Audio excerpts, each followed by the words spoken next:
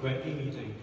I grew up with a mom and who was mentally challenged, and you don't know that when you're a kid. You can't. Who figures that out? My mom, she was broken. She had a lot of problems, and she was thoroughly abused. Everything that happened to me happened to her, so she did it to me, and that was just her way of coping things.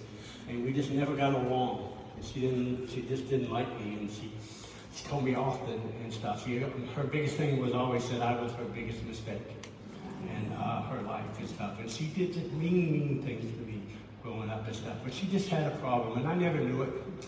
I hate to tell you, when I left, I ran away a bunch. But when I ran away, I hated her. You shouldn't hate anyone, and I hated my mom.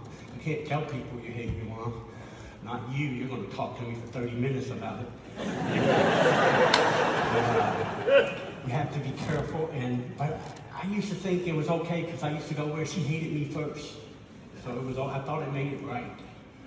But then I come to Nashville, and my life was changed.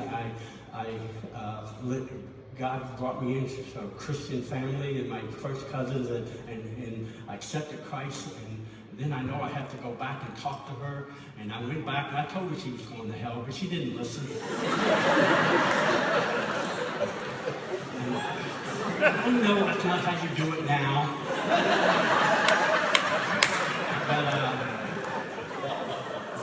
So it made it really, when I ran away, I stayed 12 years away from her and from all that. And I don't regret any of that because I kept my family away from the craziness. I didn't let her do to my children what she did to me.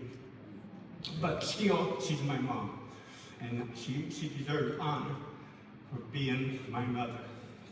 And I tried so often, Harris, trying to talk to her and stuff. And then my father was an alcoholic. He had a ton of problems on his own and had something to deal with my mom and everything. And then when he passed, I wasn't even going to come to the funeral. But I just did at the end. I didn't make my family go. And my mom didn't know Nate, or maybe met him once. Doesn't know I have 7 grandkids, didn't know any of my family.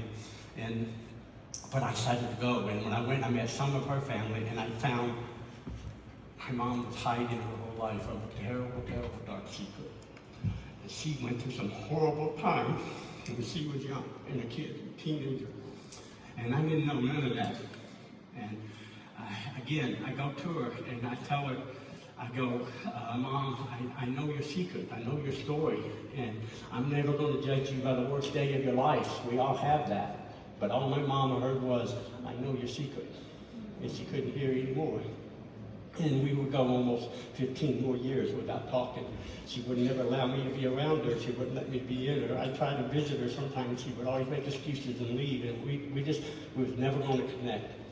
And then COVID comes, and she gets put in she's in a nursing home, and our government thought it was a good idea to put COVID patients in nursing homes.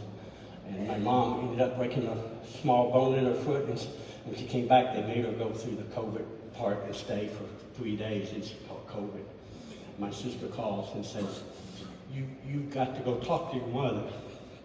And I go, she doesn't want me to talk to her. She goes, no, you have to go do this. She's not going to live very long. So I go, and they won't let you in. I'm not on no list or anything like that, so I just go. I'll go real early in the morning and get in line, and maybe they won't know. So I get there, and luckily they change guards, and they pass some young guy. They know young kids know nothing.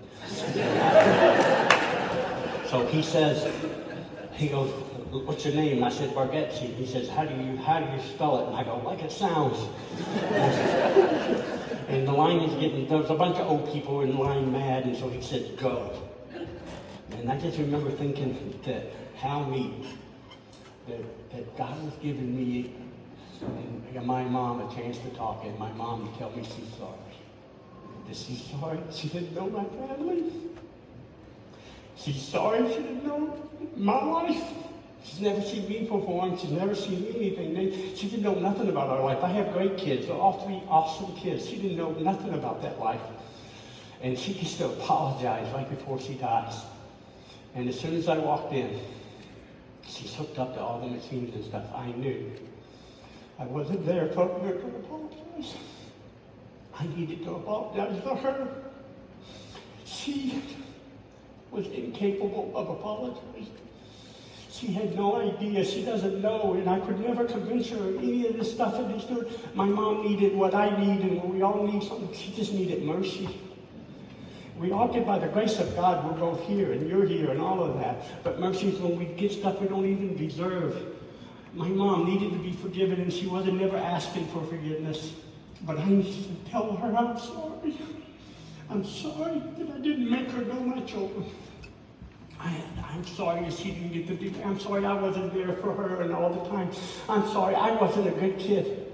I tried to take my life as a teenager. Imagine that, to do that. I did it to hurt her. Wrote a letter to hurt her. I stole automobiles. I hung out with gangs and people because I didn't have friends, so I joined the gang just to be popular, to hang out. And so I did horrible things to my mom. I made her life miserable. It was already bad, and I made it worse. And I just needed her to hear me say, I'm sorry, and for her to forgive me. She couldn't speak, but she cried. I know she heard me. I asked her, I told her, I said, you can pray, and we can pray together. I said, we don't know each other, but if you pray after me, we could spend eternity together. And we can get to know each other. I believe all my heart she prayed that prayer. And I will see my mom.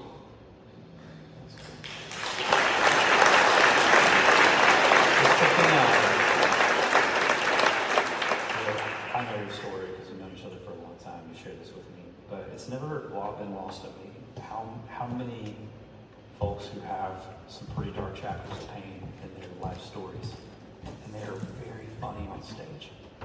You know, you're out here, you're laughing, you're sarcastic, you're picking on people, and then you get to know someone off stage, and you find out, man, this is their story, and it just feels like too chilly for people. What was performance for you all these years?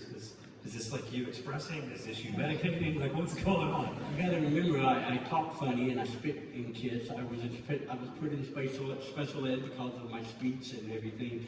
And so funny was the only thing I had. I went to Catholic schools. You weren't allowed to be left-handed. They used to beat us for using our left hand. And so I was like, I really thought I was a mistake for years. And I thought everything, I couldn't throw a ball right. I couldn't do anything with my right hand, and so I just thought something's wrong with me, but I could make people laugh. And I had a teacher that they would come in special ed, and they would make us, we'd have to clean rocks off the football field, we'd have to clean up trash and stuff that people left at the cafeteria that didn't pick up their own trash. They would make us do all that. And then she came in and had a play. It was called Big Rock at Candy Mountain, I'll never forget it, but she just needed a hippie, and I had real long hair, because I thought I was funny. I put nair in my sister's eyebrow once when she was asleep. No, I learned this worked.